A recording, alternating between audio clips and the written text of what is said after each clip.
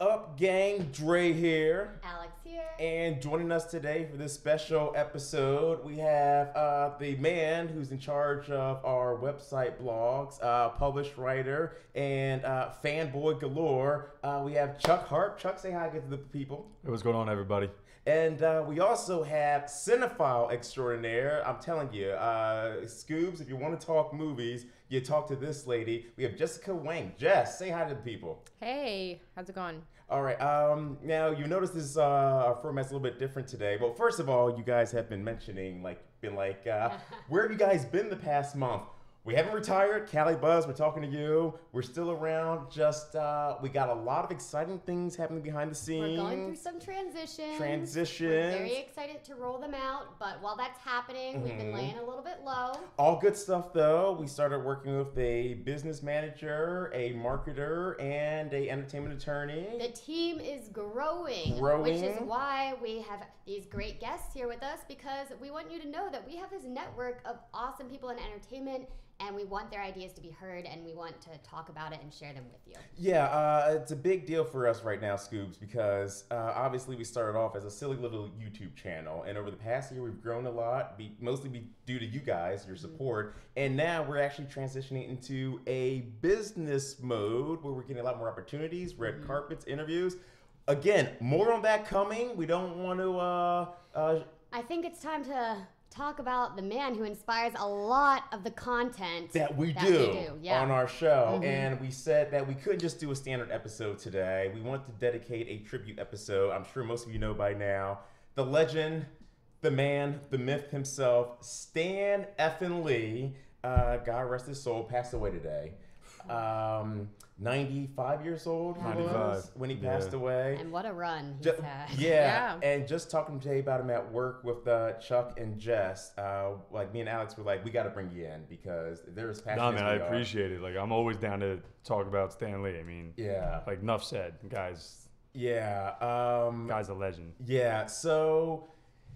Yeah, basically, like, it was one of those things where Kevin Feige made it known a few years ago that they recorded a bunch of Stan Lee cameo scenes, like a good 25 to 30, last year or 2 years ago, because, you know, not being morbid, but, you know, he was up there in age, and I think everyone knew that his time with us was not certain, so they wanted to make sure that they could commemorate him and make sure that they had enough cameos for at least the next 10, 15 Marvel movies before it happened. And today was the day. Yeah, I mean, he's been sick for a while. I mean, this isn't exactly like the biggest surprise. I mean, he's 95, he was in and out of the hospitals and stuff, but still, it's like, for any fanboy, fangirl, it's like, it still hurts. Like, that's a... Like, I don't know about anybody else, but my childhood would be very different without Stan Lee. But imagine what his last two cameos are going to be, though, because you're going to have Captain Marvel coming out, and then you have the last Infinity War, and, like, the last Infinity War is already going to be, like, emotional enough. You really don't know what's going to happen with those characters, but, like, to see what that last interaction might be in that story frame, it's probably going to get, like, tears, just that, like, whatever, 30 seconds that it usually is in and of itself. True. It's probably going to be like... Stan. And I'm sure they're going to do the prerequisite at the end of the credits or in the movie. It's like this film is dedicated to Stan Lee. They absolutely will. I think it's one of those things where, like, we knew that he was getting older, but I never pictured life without him. Yeah. Like, exactly. He's mentally prepared. He's like a Betty White. Like, he's just like Stan Lee. Is like, he exists, he's there, he created content, and then you can, like, backtrack to see what they've all done in their career. And then you got Betty White, same thing. You can backtrack. I was talking to you about that the other day. I was like, I worked on Hot in Cleveland, and I remember, like, the last 2 seasons of our show, like, again, not to be morbid, but every episode we shot, the producers were like, check the news on the weekend, because we never knew what the day we were going to come in. People were like, Betty White passed away over the weekend. It was always the thing we were worried about. I don't even want to put it out in the world right now. But anytime she's like makes the news at all, I'm like, it's like, you just don't know. It's just like you got a second air and then read the rest of the title and be like, what is it? Did she? Is she? Okay, she's cool. She's promoted something. She got an award. Yeah, it's really funny. Like, when I was still living in Philadelphia, I went to the Comic-Con there. And Stan Lee was there. Me and all my buddies were like gonna go meet him and stuff. Yes. And we ran out of time. We weren't able to do it. No, you weren't. And then we ended up saying to each other like, we got time. Stan Lee ain't going nowhere. And that was a few years ago, and he was probably like, what, 90 then, or like 92 or something like that. Yeah. And we were just kind of like, now we got time. Stanley ain't going nowhere. That guy's going to live to at least 200. No, that's how I feel about Prince, because Prince is my personal favorite singer, musician. And I was like, I got plenty of time for Prince. That one was more of a shock. That was a shock. Yeah. And I never got to. But yeah, luckily, same thing. 2 years ago, I went to PowCon, and luckily, I got to meet Stan Lee, that Incredible Hulk right there. It has his signature on it. It's probably the most valuable thing I own. It is now. I'm walking out. Yeah, it is. I was actually thinking about that on the way here. I had a very morbid thought on the way here. I was driving here and I was like, damn, that Hulk figurine just went way through the roof in pricing. I'm sure very much went up in value. But yeah, like it was nice. I got to take a picture with him, and I obviously got to have him sign my Hulk statue. That's amazing. It was amazing, and it was one of those things where the line wasn't crazy because it was near the end of the day. So I actually got to spend not long, but maybe 3-4 minutes just talking to him. And he's like, "What's your favorite comic book, son?" And I'm like, "Oh, Spider-Man, absolutely." And it was quick, but it was I would have lost my mind. It was a nice little moment. Anybody record that for you? What's your favorite comic book, son? Yeah. I would have cried. And obviously, I'm like Spider-Man. And again, we got to take a picture together. We'll post it on our Instagram for you, Scoobs. And yeah, it was just a really sweet moment. And it is one of those things where if it didn't happen, I would have forever regretted it. So I'm glad that I got to meet him. I'm glad you're saying that, because now I feel like I'm dying inside. Yeah, but through proxy, like I know. my Stan energy. I can't believe that. That story's like amazing. Like the fact, people get to go up and they just kind of like, they had a picture taken. That's it. Like you got to go. Yeah. And he actually said something to you. Like that's and not even just that, but it's just like the fact that he said, "What's your favorite comic book?" Like that's and just, Sun. He hit it with the sun. He had the sun. Oh, come on. He was he's everyone's like great uncle that grandpa, twice removed. Your white grandpa. Well, he's that little old neighbor you watch out for. Do you think that his name will we grew up with that, and I don't even honestly remember the first time I might have heard his name and then it resonated with me, and then therefore you learn everything that he's developed and the stories that he's at. I actually didn't become a genuine Marvel fan probably until the movies started becoming something. Right. You didn't grow up reading the comics. I'm not a comic book anything. Yeah. I'm just a movie buff. We're gonna have to change that. Yeah. All right. Well, I don't have time to read right now. But as you said in the intro, you're the cinephile. That's fine. Do you think that let's just say 20 years, who knows, will it be the same impact? Obviously the characters will live on. I'm just wondering how it'll resonate with people. I think he'll go later down as far as a Lucas, as far as 50 years ago. He'll still be a legend. But to your credit, because of the movies, because I remember growing up, I always knew Stan Lee he was always a celebrity to me. Yeah. I have a Mount Rushmore, 4 people I wanted to meet before I died. He was actually on that Mount Rushmore. But for me, for a lot of people, they were like, who? It wasn't until the movies that people became he became a household name. Yes. And I think the presence in those, because you kind of you would have been the only person under a rock in that theater when people laugh at cameos like that. You're sitting there and you're watching Iron Man, and then you're like, wait, what's funny? What's funny about this dude? And then you probably, if you were interested, did a little research, and then just kept happening.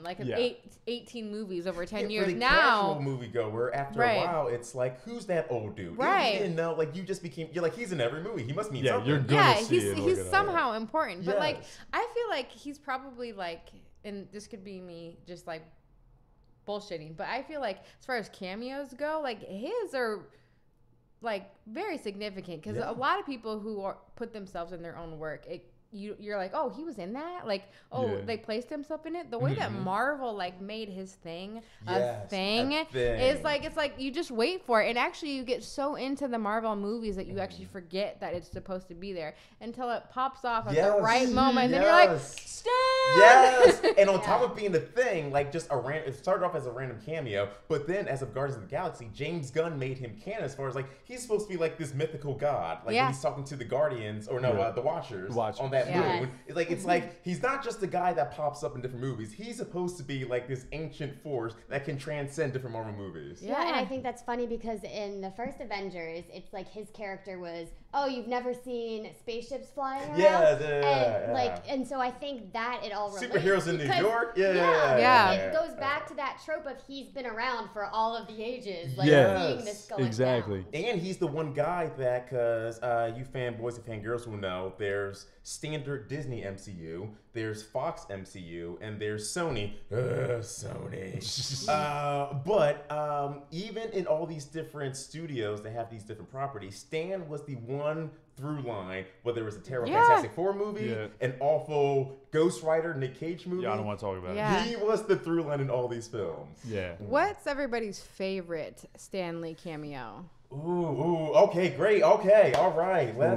That's a good question, Jess. I'm just gonna say real quick, I'm not gonna say it's my favorite, but right now in my head, like I just keep thinking of, because this is even like the best Marvel movie. It's definitely not, but like the Spider-Man, I think it's the first one with Andrew Garfield, and he's fighting the lizard dude in the library. Yes, and he's just like, and he's got the headphones on, just going about his day. I don't know why, like.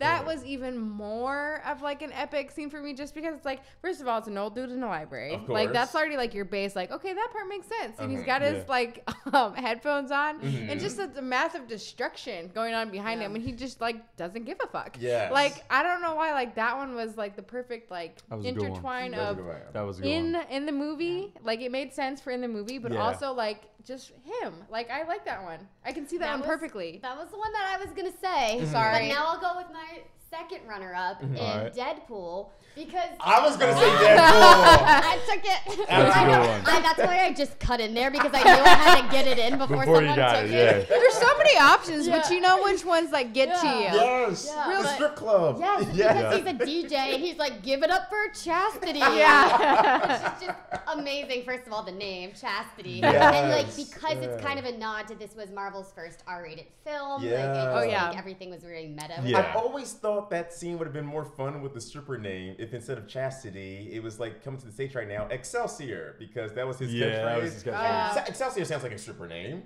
Yeah, what kind of a stripper is that? Not one that wants to make money. No, it would have been a good one for the for the generic watcher. They would have totally been lost on that. It would have went right over there. Yeah. I mean, like I obviously know what I'm so used to him like screaming Excelsior in like interviews and just like even in like my panels of like an old crazy man. Excelsior. But I'm down with it. It's even in like the old bullpen sections from like the 90s and like stuff. He even was in there. The Stan like mail letter. That was the best. Yes, man. The old bullpens. What was your favorite Stan Lee cameo? You know, it's funny because like I'm not so many are like popping in my head except one. Okay. And it's funny, but I don't know if it's my favorite. I think I would have to go back and rewatch them. Yeah. It was in Thor when they're trying to get the hammer out. And his car won't get it. And he like lifts up his head and leans out the window. He's like, did I move it?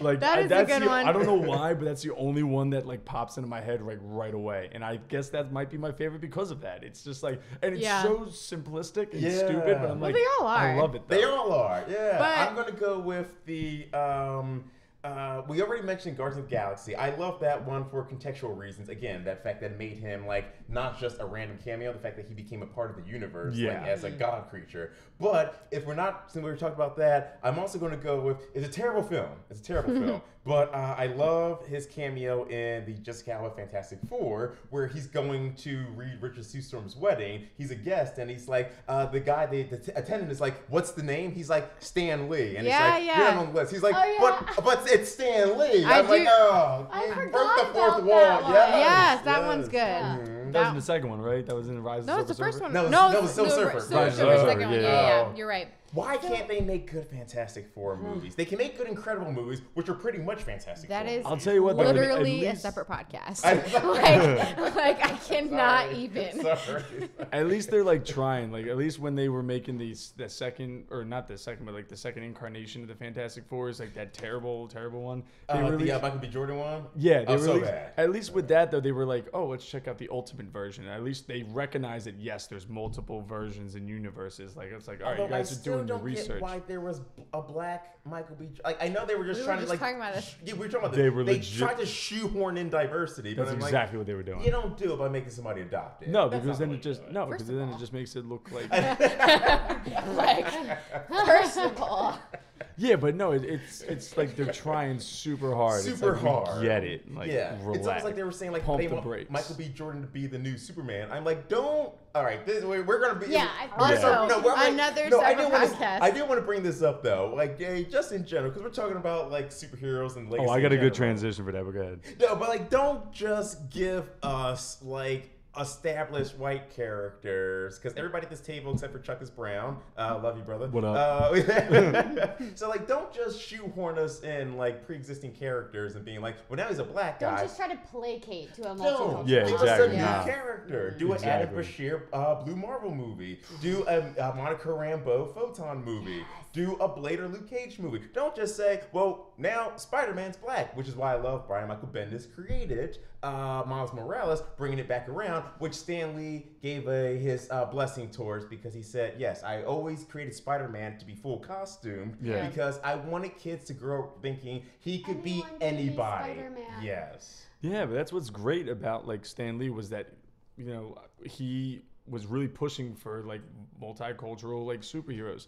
Black Panther, for God's sakes. He created the first The Black African In the and 60s. African American Yes. superhero. Yeah. He Yeah. created Storm, Black Panther, Luke Cage, and the Falcon. Like, he was way ahead of the curve. Fantastic. He wanted to make sure that everybody could look up to somebody. Yes. Regardless. If kids were playing in the yard, they want to make sure everyone could choose a character. Yes. Yeah. No problem. Yes, absolutely. Not that every kid should be looking at race and yada yada yada, but like still. Well, no, no, it's like, it's it's important. important. Naturally. Yeah. Yeah. Yeah. It's well, important like, to think about, recognize. Like, actually, what is important about that is that, like, when you don't see race in somebody that you just, like, respect or inspire to be, like, that's actually what's beneficial about it. So, like, because people always say that, like, one of the places that race doesn't matter is on the football field, because, like, you just support the team, right? Like, you don't really care that your favorite player The biggest is KKK black. member will be like, yeah, but I like that guy because he Right. runs fast. Yeah, Right, you like, can I mean, like the yes, biggest KKK member can probably be like, yeah, I fuck with LeBron because Yes, like, he's like yes. whatever, Yeah. because they don't care. But like same thing. So if you start them young, like if you just say like, hey, this is actually just a good story, Yes. like watch it young and then see what they like evolve into, because like that's what. If you like the images that you see when you're interacting with people in everyday life, Absolutely. like you really won't care Yes, that you true. interact with a black person, because like what you saw on the screen is like that they go beyond stereotypes. Yeah. So like I actually think that like Well, I love the phrase, it's hard to hate up close. Like, once you connect with something, it's Yeah. hard to hate that thing. And Black Panther, the film, is a perfect example of that. Right. As far as, like, the reason why that movie made $1.5 billion More is than that. because, probably more than I think that. it's 2 actually. I don't think it hit 2 yet. Maybe No? 1.8. I think With maybe, you it's just close. mean box office? Box office. Okay, Oh, box okay, office. yeah. Yeah. Yeah. But the reason why it hit those kind of numbers was because, like, people, like, looked past the race and were like, well, that's just a cool character. Well, and He is a cool character. Sorry, I didn't mean to cut you off. No, go ahead. I was just gonna say, and because like it was inclusive for multiple reasons. Like one, it was Yeah. actually one of the only Marvel movies that you really didn't have to start from jump. Like you don't Yes, have to good see point. Iron Man to like start with Black Panther. I told that to multiple people. They're like, the Marvel universe is so intimidating, and I haven't seen any of them. I don't want to start with Black Panther. Actually, you can start with Black Panther because the only thing that really like you'd miss out on is Civil War, where like the dad And they give you dies, exposition and the they first showed 10 you that minutes. because It it was a news starts, story. yeah, because it Yeah. starts like from that point. So like, and that is the one thing that will always mystify me about Marvel is the seamless way that they told this story with multiple layers, but like it's Yeah. got this single timeline, and you can keep up with it when you watch it from jump. But like at the same time, like if let's just say that you wanted to start with Thor, Yeah. like you would have been able to like evolve past it and still keep up with I think the rest of the characters. No, also Black Panther, another great Stan Lee cameo where Chadwick Boseman wins the jackpot at the gambling table, and Stan Lee's like, "I'll just hold on to these for safekeeping," and it just takes the money. Yes. Yeah. Because that casino scene in itself was like one of the best That things was That dope. ever. single shot, like guys, this will be a combination of honoring Stan, but also just honoring Marvel movies. Yeah. Because it's all been happening because of him. But yeah, we're talking about this today, where it's like the genius of the Marvel films came from obviously the stuff he put on the page, and from there it allowed filmmakers like the Russo brothers, Joss Whedon, to have a template to go and exactly extrapolate on that and actually make what he created on the page. And Stanley always said this. He's done multiple interviews where he was like, for years, he could never imagine his characters on screen because he's like, they were so fantastical, what him, Ditko, and Kirby created, that he's like, I honestly thought for a long time I would never see my characters done properly on screen. No. Thank God for CGI because, and we talking about, me and Chuck were talking about this, Bob Kane died before he got to see Batman, really at the height of Batman-ness. Stan Lee, like, it's tragic that he died, but 95 years, he had a great run, and he actually got to see, I can't imagine what it's like to be him at 95, seeing all of his characters brought to life. That must have been the greatest feeling in the world. And well, he also just changed the movie industry entirely. Oh my God.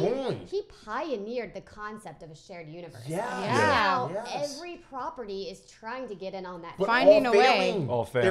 They all failed. Yeah. He's the only one that actually had characters that could sustain that could cross platforms. Yeah.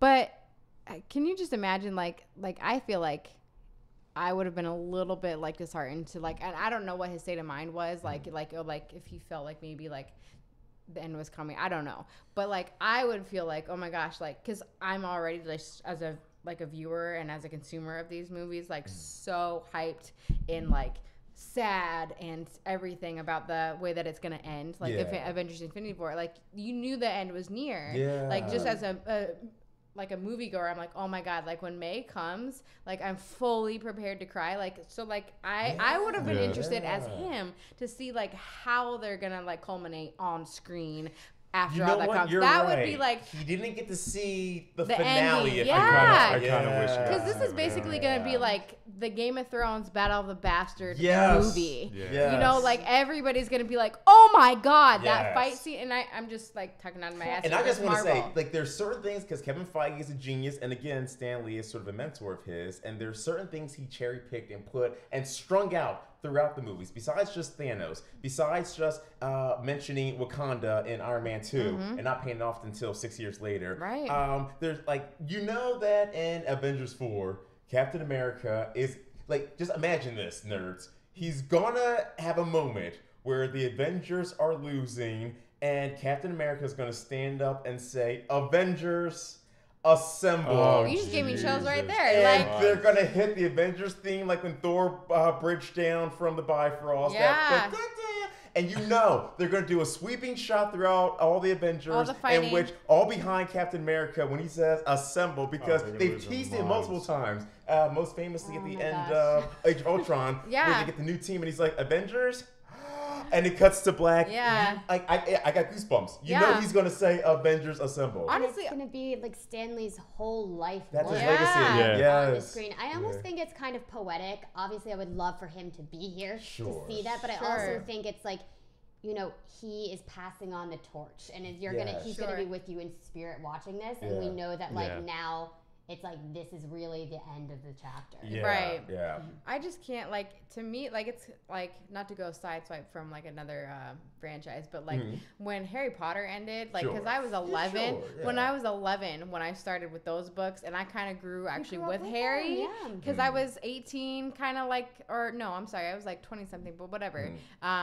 When the last one came, it's like the same thing, but this one's almost worse because like even though I read those characters and like grew up with them, like when you visualize, and I don't have the comic books to relate to at all, but like just like how much has gone into these movies and the fact that this is going to be such a transcendent film for multiple reasons. Like visually, I'm sure it's going to be absolutely epic. Story-wise, it's going to be absolutely epic because it's going to culminate some things for you. And then monetarily, like I just can't even imagine how much money this movie's going to make. Everyone is saying that like James Cameron, you had the record for 20 years. Congratulations. It's just going to be shot. It's got to beat the record. I can't imagine a world that doesn't make $2 billion. Pre-sales of Black Panther were up there. So I can't imagine like what. But Cameron still has 1 and 2 with Avatar and Titanic, and like the fact that no one's beaten Titanic in 20 years is mind-boggling to me. This has got to do it. Yeah, it's got to. If it doesn't, and again, like nerds, just close your eyes right now and think about that last shot of the movie, or like third act of the movie, where again you see the original Avengers, Captain, Iron, Thor, Black Widow, Hawkeye. You have the newbies of Giant Man and Wasp. You have the Guardians of the Galaxy. You have probably some randos we don't even know about. You got Captain Marvel in there. Like, it's going to be the most epic visual spectacle any film fan has ever seen in their life. And it's going to be seamless, which is crazy because can you name anything else that has that many, not only characters, but actual like stars, like coming together, like coming together and for one movie? Because when they do it, like, let's just say a romantic comedy, like, it's like, he's just not that into you. Right. Has or a shit ton of people. Right. Like, they fail because it's just like, well, you know, like they focus so much on like getting the A-listers in there, but nobody remembered to read the script. Like nobody remembered to like make it good. It's the only franchise in which the characters are superstars, but the actors are superstars. Like this doesn't exist in any other medium. Not really. No. Except for Game of Thrones, kind of. No, but they became stars after the fact. The actors themselves aren't superstars. True. True. Yeah. But I'm just saying. None of those people can carry a franchise on their own. No. Nikolai Coster-Waldau, what's he doing? That's true. All right, take it down a notch. I was just saying. Tyler, what are you saying? That also just speaks to how many lives Stanley has touched because this star power wants to be in his films. Like, they want to work for Stan Lee. Like people that would only think before of doing some sort of Oscar fair are turning to be superheroes. We talked about this on one of our episodes before. Like it started off with people, like even when Robert Downey Jr. did it, keep in mind, there was a long time, years, decades, where superhero movies were laughed at. They weren't taken seriously. I'm like Steel with Shaquille O'Neal. It's like Elektra. But in all seriousness though, you should have laughed at Steel. Like I saw that as a kid, and even I said, "Yo, this is corny." I knew it was bad. Yeah, but for a long time, the idea of a major actor being in a superhero movie, they scoffed at it. They're like, "You don't do that." Robert Downey Jr. being an A-list actor, but sort of on a downturn. He was at the end of his career. That was it. He rejuvenated it. He did. Yeah. And after that, like even Chris Evans has admitted many times that when he did the first Captain America, he felt embarrassed. He's like, I'm wearing like a Star-Spangled outfit, and he said it wasn't until he saw the reception, and especially Captain America: Winter Soldier and Avengers, he was like, oh, I see what this is. This is a phenomenon. Winter Soldier was great. It's an amazing movie. That was definitely one of my top ones. So good, yeah. It's so great. Civil War is an amazing movie. Yeah, well, they all are. But to speak to what you were just saying, like my sister is not even a movie person. Sure. She's not definitely not a comic book person. She's That's like in shame. her early 30s. It is a shame. She's in her. Like Chuck is my comic book buddy. He knows what's going on. You gotta read your comics. But she doesn't. She's in her 30s. She's black. Like she's married with a child. Like I mean, I'm just saying, like if you off her radar. But like like not somebody who's gonna be a consumer of these. And like I mean, we get hyped together. I'll buy her a about book these together. And we she's in it. She's a consumer because what these movies do is good storytelling across the platform. Like it doesn't really matter if you're into superheroes, into movies, whatever it is. They're talked about, they're fantasized about, and everybody's just like, oh, you didn't see Avengers Infinity War? Like who are you? Like what were you doing? Kevin Smith jokes all the time. Sorry, go ahead, Kelly. I was just going to say that I want to touch on the fact that Stan Lee had this incredible ability to make relatable characters. And I think that's why so many people can watch it because he touched on serious topics when comics were just like for kids. And he said that. Like, I'm sure a lot of you fans know. For those of you who don't, Stan Lee again has said many times when he was still writing comic books in the 60s and 70s, he said that he was burnt out because he said he was being forced to do very kiddie, like very generic stuff. Was it the comic code? Or before the comic code even existed. Comic books, like after McCarthyism and after like the seriousness, like horror comics, after the adult vibe was taken out of comic books, for a long time, this is where Adam West Batman came from, where for a long time comics were forced to be campy and corny and silly. The Super Friends weren't taken seriously. Super Friends? Yeah. Yes. Stan Lee said that he was about to quit. Like, think about this. Before he created any Marvel characters, he was about to quit writing comic books. He's talked to his wife and said, I'm just going to get a job at like a publishing company for novels as like a copy editor. I get that soul-sucking job. He's like, I'm just gonna get a job as a copy editor and proofreader, working for like novels, because in the '60s that was serious entertainment. And he was like, because I've been doing this for a decade plus, and no one really gets it. And his wife said to him, if you're gonna quit anyway, or don't care if you get fired, why don't you just, for once, just write something the way you would write it if you didn't care about your job, as far as getting fired.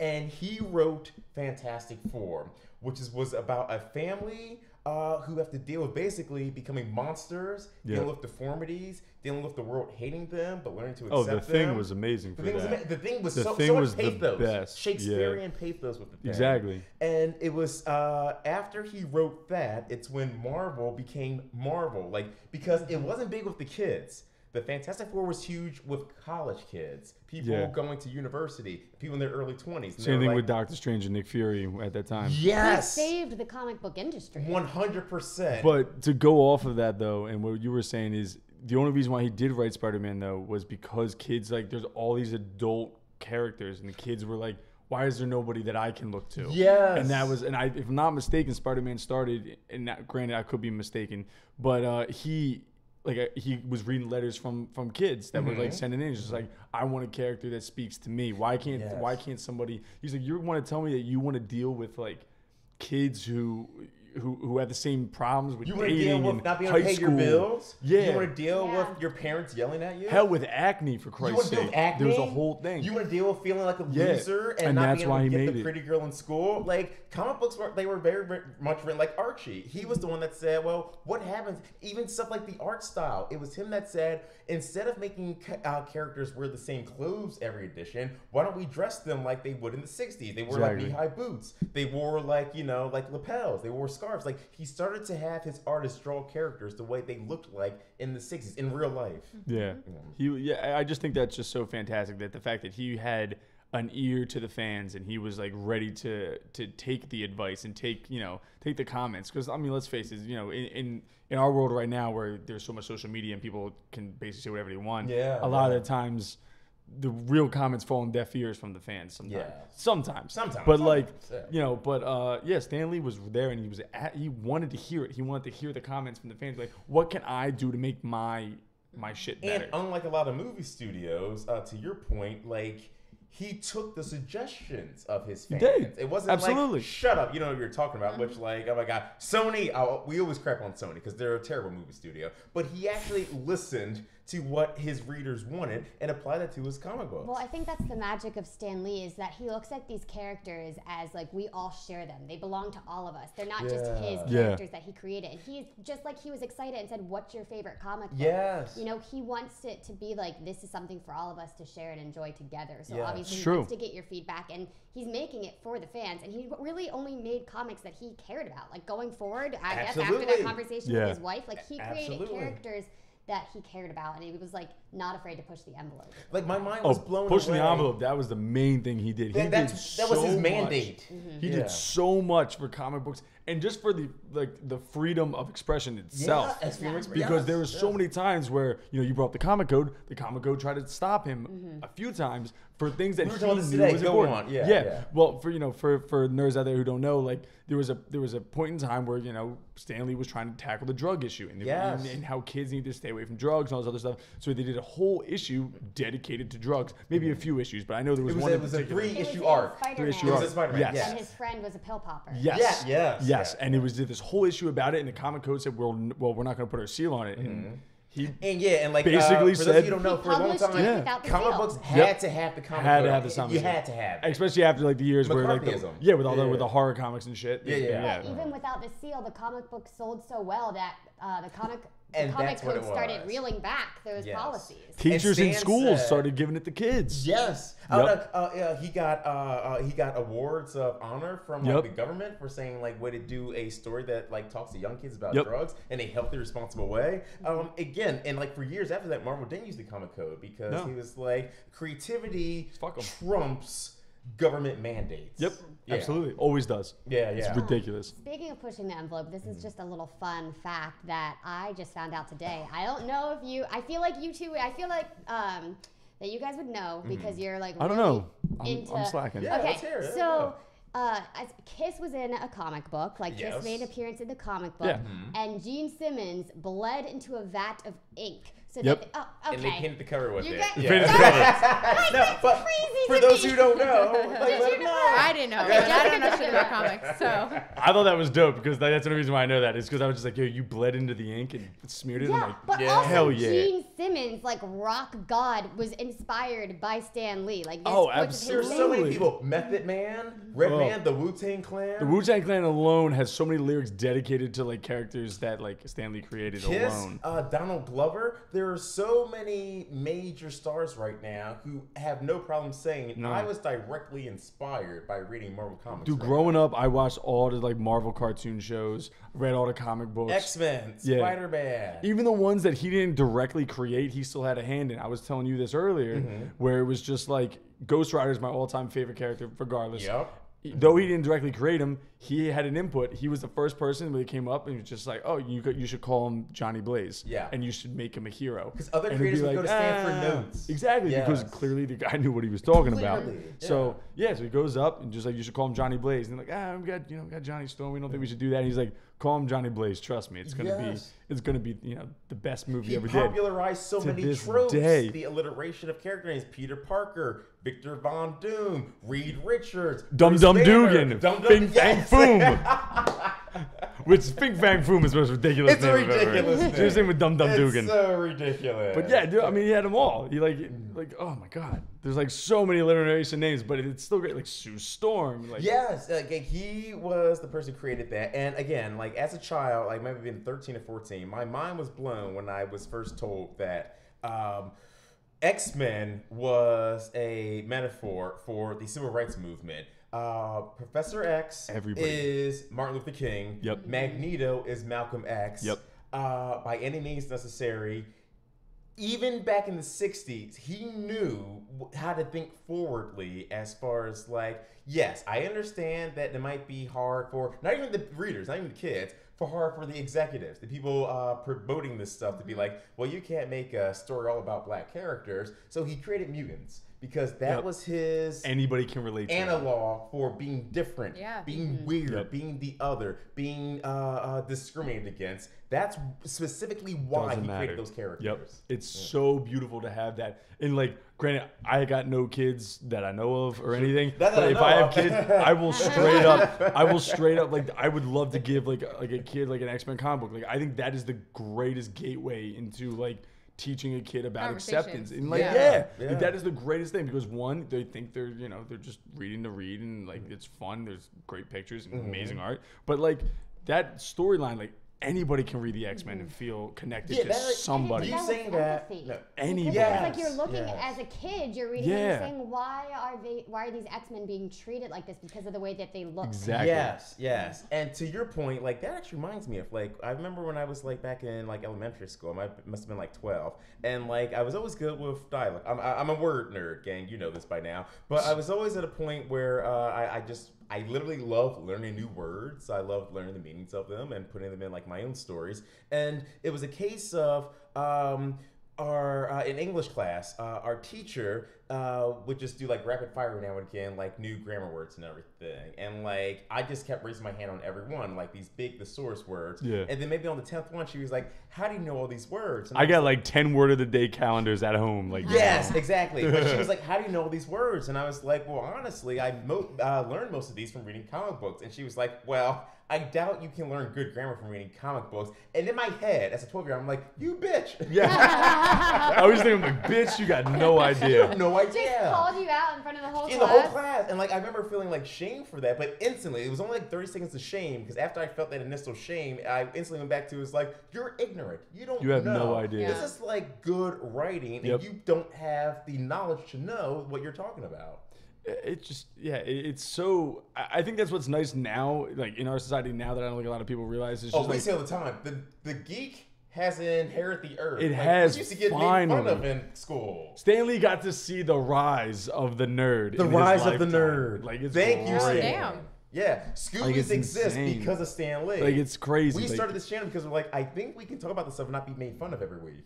Yeah. Yeah, man. And we didn't know at first. didn't know. So we were We were like, scared. are people going to like this? Yeah. But it turns out like everyone loves these comic book movies, that there is a huge audience for it. Like it's a place where you can be accepted and be yourself. Absolutely, absolutely. Before we wrap up, I do just want to say I want everyone to go around and say what their favorite Marvel property is, whether it's comic book, movie, graphic novel. Like, just share with the peeps, like how Stan Lee has really affected you with his creation. It's like, Chuck. I mean, I already kind of said mine, that like Ghost Rider is definitely my favorite, and like Stan Lee obviously had a hand in it. Yeah.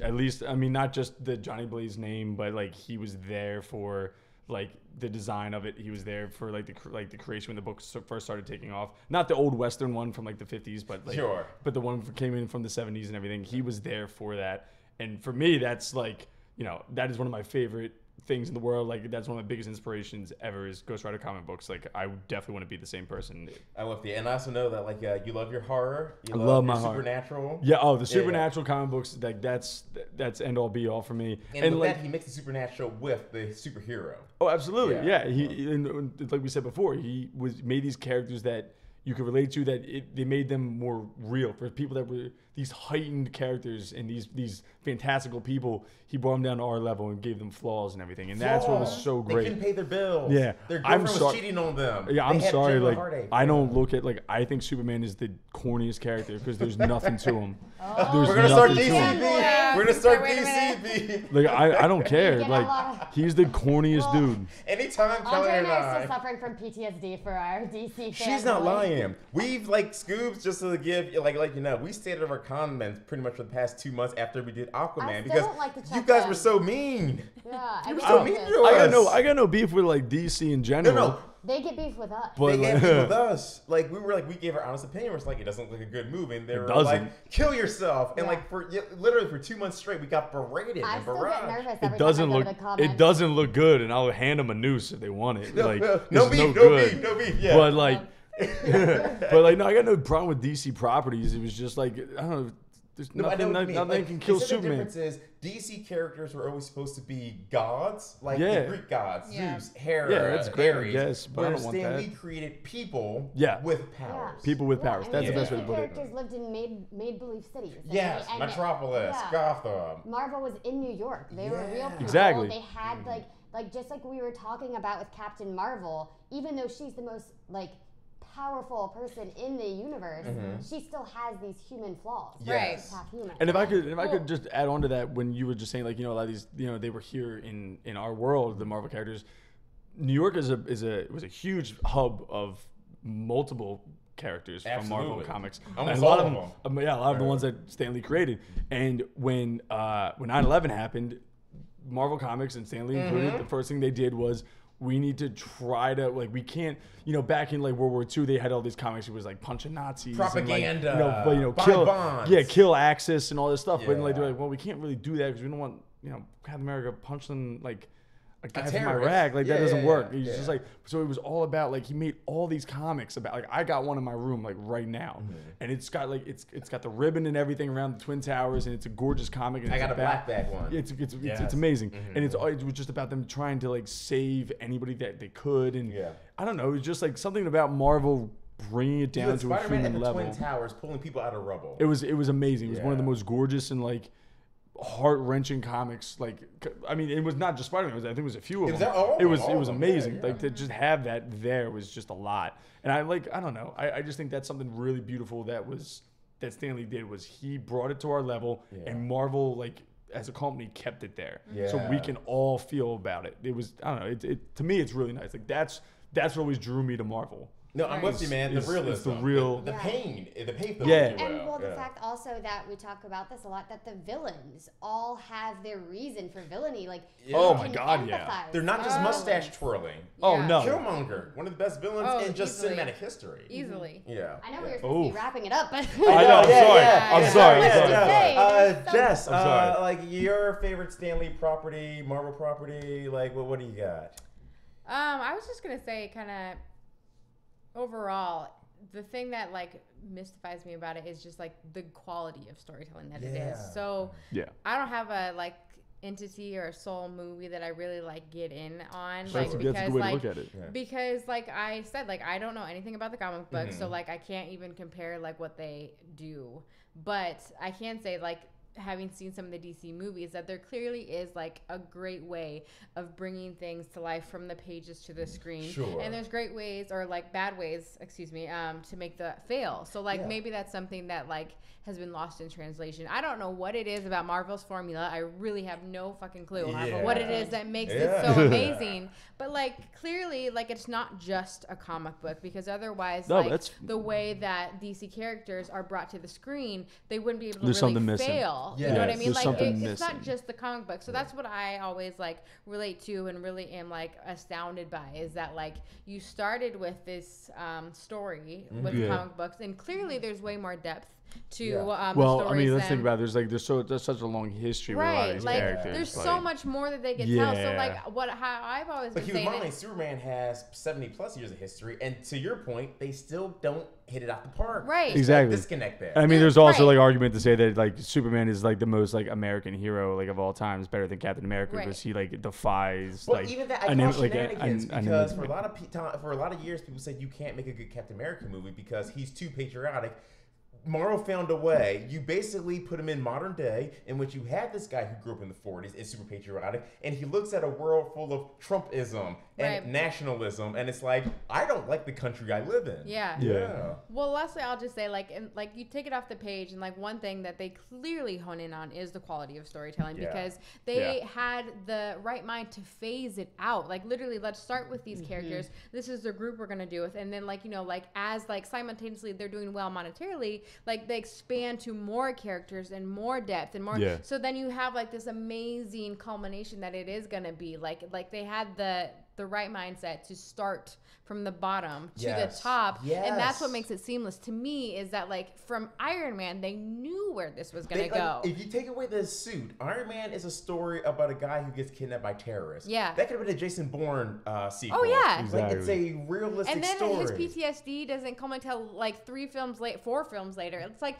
there's layers for sure. And we can go into this another time, but we actually got really into like the great storytelling of Hulk from Avengers Infinity War, this past movie. Like that in itself, like in a nutshell, like was amazing how they like took it up. Damage of Bruce Banner. And how like they've basically like they have clearly there's heroes, and then they have like these amazing like skill set heroes, and Hulk is one of those guys who like you bring him off the bench and he like comes into the game and he like wreaks havoc, but also like helps them win. And like the fact that they took him immediately out of the game in Avengers Infinity War, so that like they couldn't utilize him the entire movie. Like otherwise, obviously, like if you just have Hulk do what he does, he would have been able to like kill Thanos. The movie's over in 20 minutes if Hulk is there the whole time. But the fact that he got his ass beat, and I mean beat, and then his feelings hurt. It's like the Russo brothers said instantly. It's like, okay, the general audience isn't that familiar with Thanos. Right. How do we convey to the audience that he's a badass? We have trained them over the past decade that the Hulk can't be beaten. Right. Hulk smash,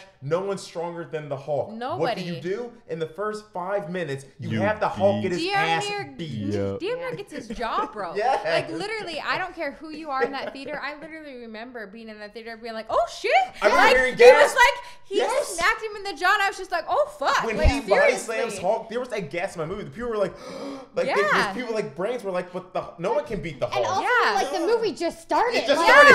And then you simultaneously, you already had like 2 major deaths in the theater. I literally I was watching that movie like, what is my life? Loki like, and Hulk and Heimdall. And then Thor getting ready to cry. I was just like, no one was safe. No. When Ned Stark's head got chopped off. Yeah. Like, that was the kind of shock. It was that kind of moment. Yo, I saw Infinity War by myself, and I accidentally like smacked the old man next to me because I thought it was like I'm so used to like watching with my homies back east, and like the first thing I did was I was like, oh shit! I like, oh sorry man. I almost fought my own best friend in that movie. Like does the Hulk have a broken jaw? Oh god! Like that guy, that old man hated me because I was like on my seat the whole time. I'm like, you see this? Yeah.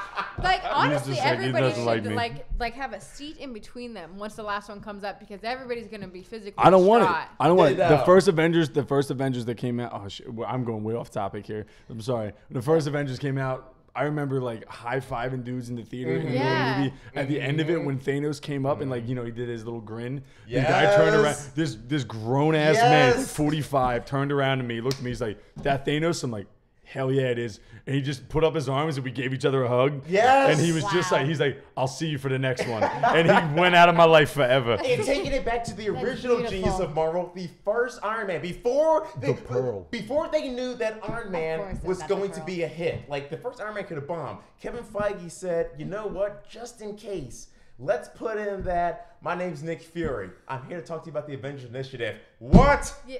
Or What? Yo, I popped the boner like right there. Yeah. Outside of that, like just like the fact that Marvel made like that end credit clip popular too, like just another layer. yeah. Like I forgot like about- I have they never started in my that. life waited till the end of credits until all of these fucking 18 movies. I'm just like, what's gonna happen? What's gonna happen? Some of them are petty. I'm not gonna Some lie. of them. Some of them are Some petty. are petty. Like the Ant-Man and the Wasp You didn't one. need that I was last just one, like, the yeah, Ant playing drums, drums? get the fuck out Come of on here. I did now. not need to Yeah. wait there. But the other But one. the genius of Marvel is now audiences, millions of people around the world are trained to sit your ass to Yeah. the credits. You Don't sit move. there. Nobody move. And anytime I go to a Nobody movie move. theater and you see people standing up after the last shot, Yeah. you hear people that are like, "No, no, Yeah. no, you need to, no, don't go, don't go."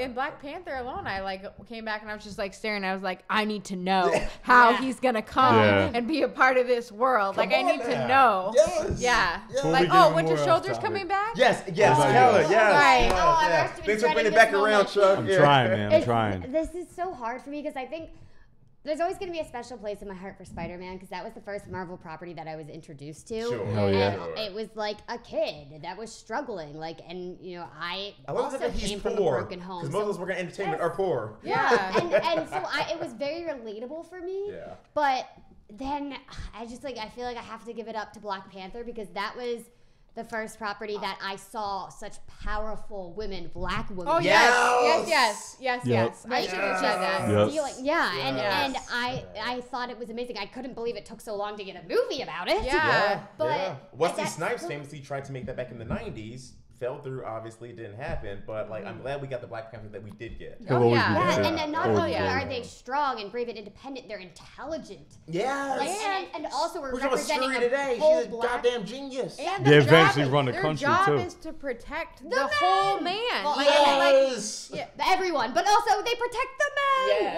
Well, Yeah. but the man who's like supposed to be this like all powerful, well, not supposed to be, but is this all powerful guy? Yes. But like he still surrounds himself with women, Yes. with the suit and without the suit. Absolutely. That's And like what's a amazing. smart dude. Also, Yeah. It like is, with yeah. the whole city of Wakanda Yeah. is like just technologically advanced, wealthy nation. An African yeah. paradise.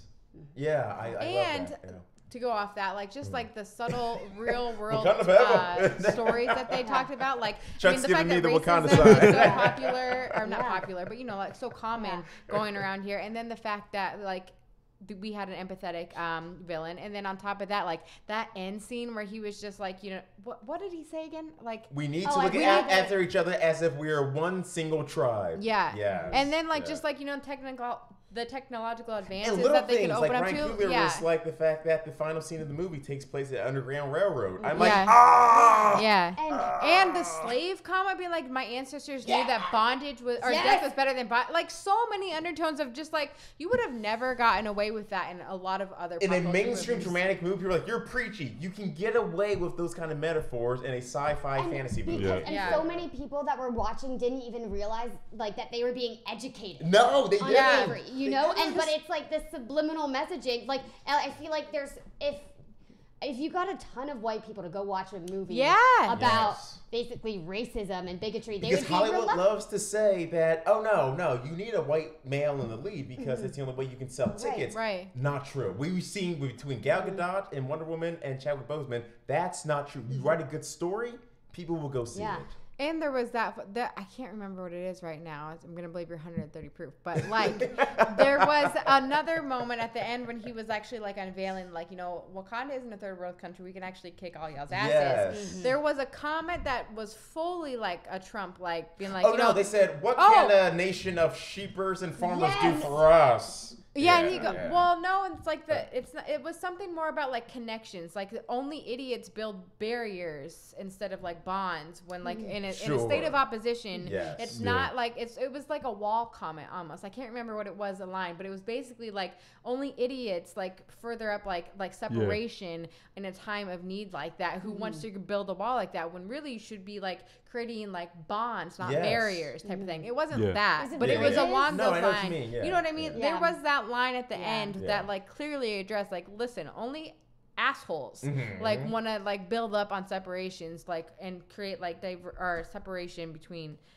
cultures over nothing. And I get it. Yeah. I also think that they just created something that Black people could be so proud of. Yeah. Oh yeah. Whenever at work, like obviously people don't just see me and they're like, oh, she must be Black. Yeah, Keller gets this all the time. Yeah. They're like, wah. Yeah. But like slowly people have like started like asking, like people like to say like, oh, where do you get your skin tone from at work? And so like one of the guys that I work with, not at all. No, all the time. One of the guys that I worked with, he was like, oh, and like, what's your YouTube channel about? I was like, oh, we do kind of like geek comic book content. And then he just looks at me, he goes, Wakanda forever. Yes. And I was like, that's what this is about. And it just felt so good. And for months after that movie came out, just walking down the street, like Black people would be like, you just like Scoobs, you can see this right now. Me and Jess did it at the exact same time. The double arm pat. Yes. And like that when he does it with Shuri, like that initial like, and then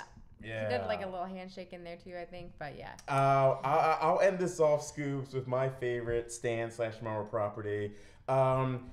It might seem like the basic answer, but I still got to go Iron Man. Like Tony Stark, I first saw him, that first Iron Man movie came out when I was like in my early 20s, and I literally thought he was the coolest person to ever live at the end of that movie. And the fact that movie started off so small. I remember being a child, 10, 11 years old. I remember after seeing like the Michael Keaton Batman, I said to my mom and dad, I was like, that's so cool. But I was more a fan. I was like, that's so cool, but it kind of makes me sad that I'll never see an Avengers movie in my life. My mom didn't know what that meant. But I was like, I told myself at 10, like, you can do a Batman movie, you can do a Superman movie. I told myself at 10, I'll never see an Avengers movie. The fact that Iron Man kicked off will one day become an Avengers franchise.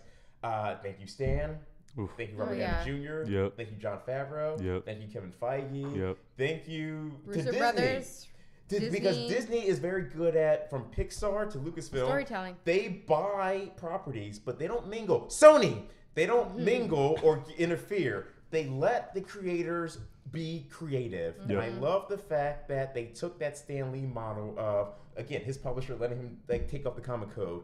You followed that trend as far as like, hey, story trumps politics. Story trumps, to a certain extent, money. We want to make money. It's an entertainment business. But story, like, they could have lost a lot of money by taking up the comic code. The publishers of Stan said that, I believe in your story. Tell the story you want to tell.